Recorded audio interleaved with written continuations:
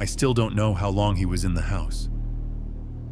This was back when I was maybe 15. We lived in this weird, split-level home out in a quiet suburb. Not the fancy kind. Just old, kinda creaky, with these awkward little side rooms that never made sense. There was one near the back of the house that we never used. My sister used to call it the dead room, like a joke. It just had this long, saggy couch and a broken lamp that flickered if you tried to use it. One day I woke up feeling sick, sore throat, pounding head, the whole thing. My mom was already gone for work, and my brother had left for school. I texted her to say I was staying home, and she just told me to rest. So I did. Stayed in bed, half watching TV, half sleeping. Around mid-morning, I started to hear footsteps downstairs, like real, steady footsteps. I assumed maybe my mom came back home on lunch or forgot something. I didn't really think about it, just figured I'd head down and grab something to eat too. But when I turned the corner into the kitchen, I stopped cold. There was a man standing there, tall, dirty, wearing these clothes that looked like they hadn't been washed in months. Stained hoodie, ripped jeans. His hair was wild, and he just stared at me, not moving, not speaking, just staring. I froze, couldn't think, couldn't breathe. It felt like my brain just shut down for a second. He wasn't saying anything, just watching me like I was the strange one.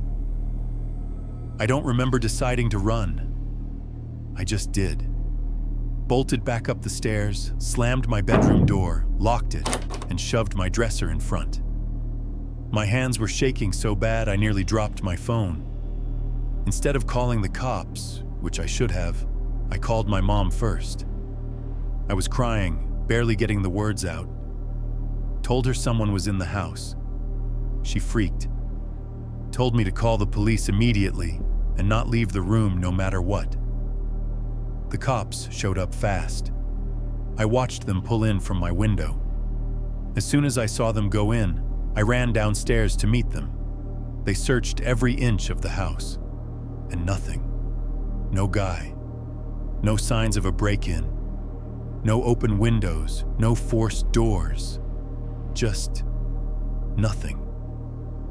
My mom got back right after that and was pissed, more scared than anything.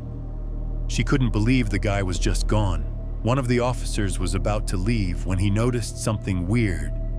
A crumpled plastic bag barely sticking out from under that old couch in the dead room. He pulled it out, then another, and another. There was old trash, empty water bottles, half-eaten food, even a rolled-up blanket, and then a bottle of piss. That dude had been living under our couch. For how long, no one knows. There were even little snack wrappers I recognized. Stuff we bought. Things that had gone missing that we thought we just misplaced. He must have waited till we were all gone or asleep, just crawling out at night, helping himself to whatever he wanted. And the whole time, we were just walking past him. We threw out the couch, ripped out everything in that room. Now it's just a storage space, cold and empty.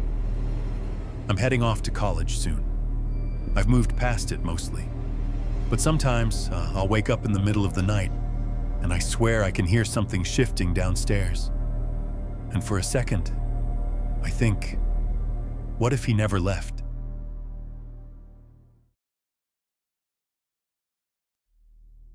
This happened years ago, but I still think about it way more than I should.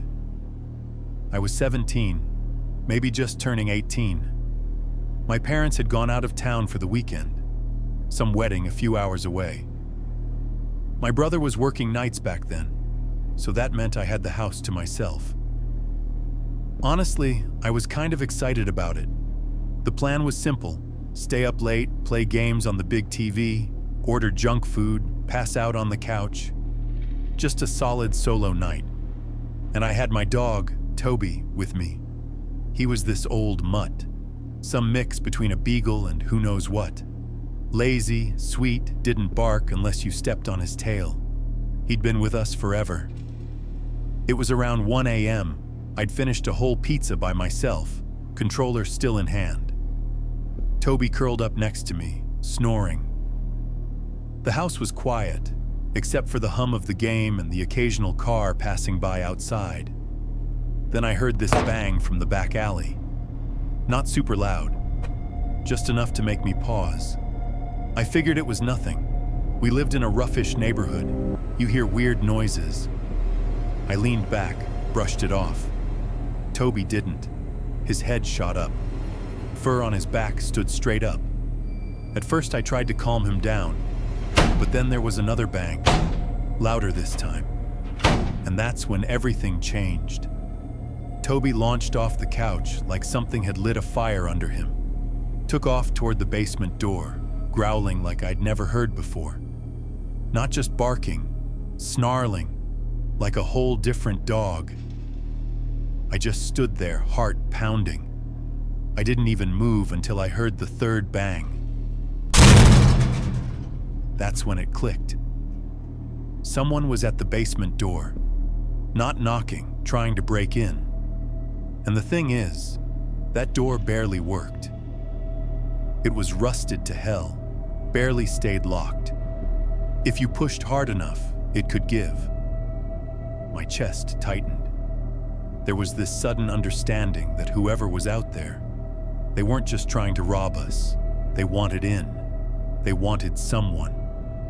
I sprinted upstairs to grab the bat I kept under my bed, a heavy wooden one from my Little League days. I don't know what I was thinking. I should have called the cops, should have hidden. But I came back down, gripping the bat with both hands, just in time to hear it. A voice. A man's voice just outside the door. He said, "Oh," like he was surprised, like Toby had caught him off guard. And then, silence. No more banging, just quiet. I didn't sleep that night. I just sat on the couch, gripping that bat like my life depended on it. Toby curled up beside me, still alert. When my brother got home in the morning, I told him everything. He walked down to check the basement door, gave it a tug, and the whole damn thing fell off the frame. One more push and that guy would have been inside. Toby, he saved me. No doubt in my mind. That old, lazy dog, he just knew. Years later, when he got too sick to keep going, we had to let him go. But right before they gave him the shot, I sat with him, held his head, told him thank you, not just for being my dog, but for what he did that night. I've got a family now, kids, a whole new life. But I wouldn't have any of it if Toby hadn't gotten off that couch. Most people laugh when I tell this story. Say, well, dogs are supposed to bark at strangers, but they don't get it. He never barked like that. Not once, before or after. He knew. And I think about that every time I hear a sound in the dark.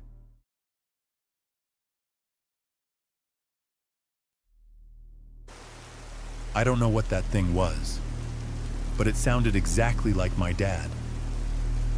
This happened a couple years ago, and I still live in the same house.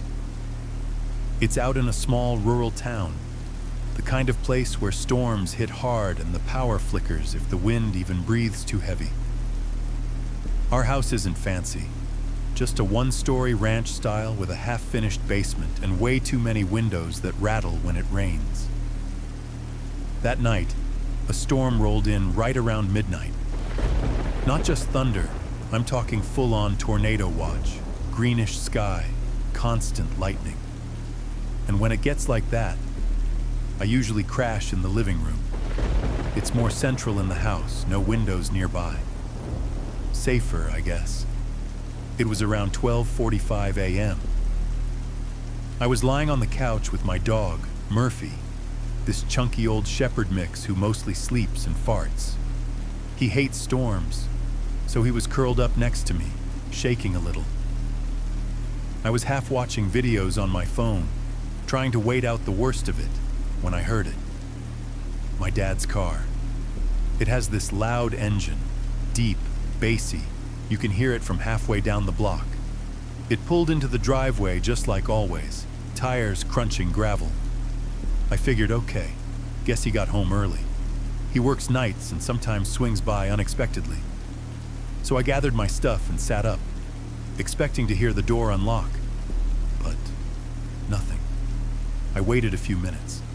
No door opening, no footsteps, no keys jangling. Weird. I got up and looked out the front window, straight down to the driveway. It was empty. Just wet gravel and a few puddles reflecting the lightning. No car. But the engine sound, it hadn't faded. It was still there, low and rumbling, like it was just parked right outside. But there was nothing. That's when my stomach flipped. I turned back to Murphy. Even he looked confused. Head tilted, ears perked. And then I heard it, a cough from the garage. My dad has this specific cough, raspy from smoking for years. I've heard it my whole life, I know it. And that was his cough, right on the other side of the wall. Except, I never heard the garage door open, and the back door was still locked.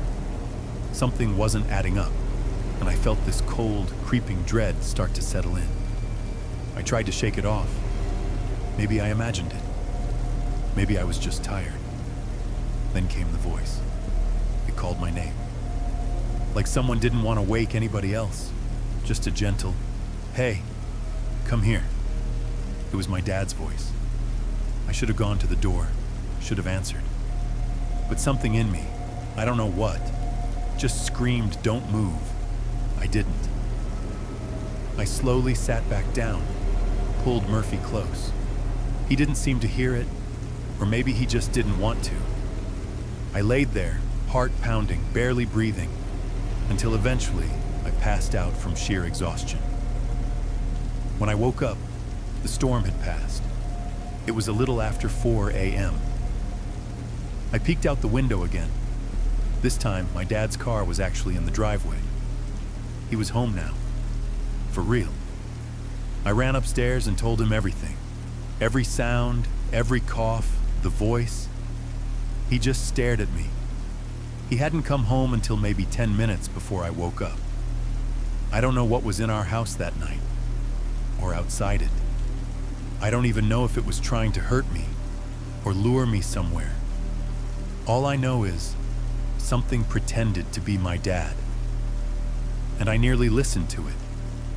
To this day, I still wonder what would have happened if I'd gotten up and walked to that garage door. Would I have opened it? Would something have been waiting? I don't think I want to know.